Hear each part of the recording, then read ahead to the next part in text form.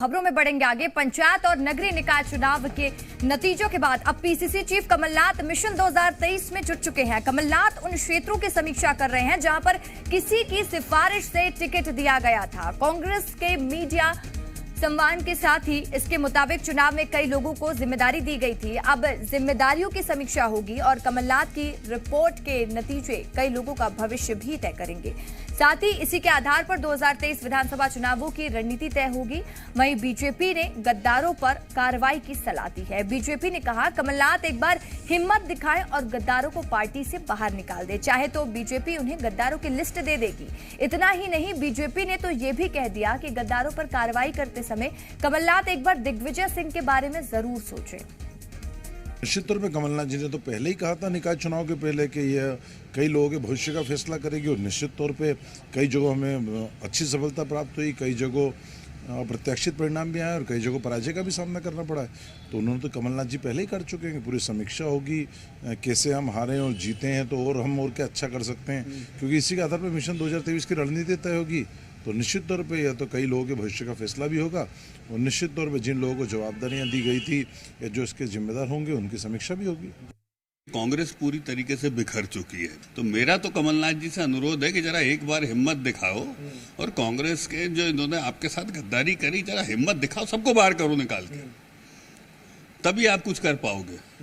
और मेरा तो अनुरोध है एक बार दिग्विजय सिंह जी के बारे में जरूर सोच लेना। मेरे पास तो लंबी सूची है, उनको भी दे सकता हूं मैं, लेकिन एक बार सोच लेना, पर हिम्मत दिखाओ, कर डालो। तो हमारे साथ जी मीडिया संवाददाता आकाश लगातार लाइव बने हुए हैं।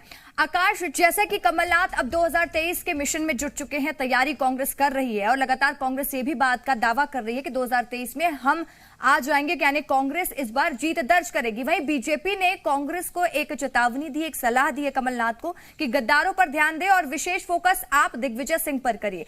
क्या मायने निकल कर आ रहे हैं इस बयान के?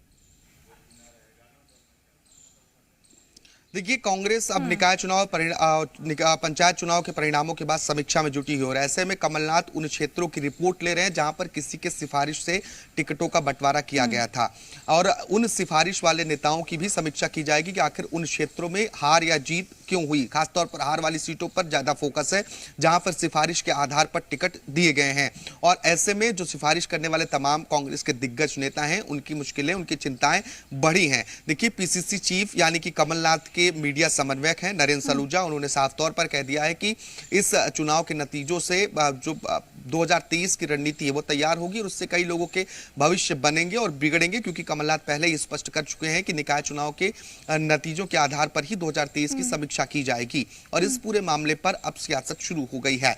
बीजेपी ने सलाह दी है उन्हें कि अगर अब कमलनाथ में इतनी हिम्मत हो तो एक बार हिम्मत दिखा के गद्दारों पर कार्रवाई करें और नीचे से लेकर ऊपर तक कांग्रेस में लोग एक तरीके से राजनीति कर रहे हैं जो कांग्रेस को ही घाटा पहुंचा रही है। उन्होंने सलाह दी है कि अगर गद्दारों की सूची चाहिए तो बीजेपी उन्हें उपलब्ध करा देगी। बीजेपी प्रवक्ता का बयान हमने सुना है और साफ तौर पर यह कहा जा रहा है कि एक बार दिग्विजय सिंह के बारे में कमलनाथ अवश्य विचार करें, क्योंकि दिग्विजय सिंह को लेकर एक लंबा विवाद भारतीय जनता पार्टी खड़ा करती रही है और हमेशा से ही बीजेपी के निशाने पर रहे हैं। तो ऐसे में बीजेपी ने तंज भी कसा है और सलाह भी दी है, लेकिन सवाल यह है कि जिस तरीके से निकाय चुनाव और पंचायत चुनाव के नतीजे सामने आए हैं, क्या कांग्रेस के लिए 2023 का रास्ता इतना आसान है या फिर जिस तरीके से कमलनाथ अलग अलग निकायों की रिपोर्ट तैयार कर रहे हैं उससे कुछ फायदा आने वाले विधानसभा चुनाव में हो सकेगा? जी आकाश, बिल्कुल लगातार आप हमारे साथ बने रहिए, आगे की और भी अपडेट हम आपसे लेंगे। तो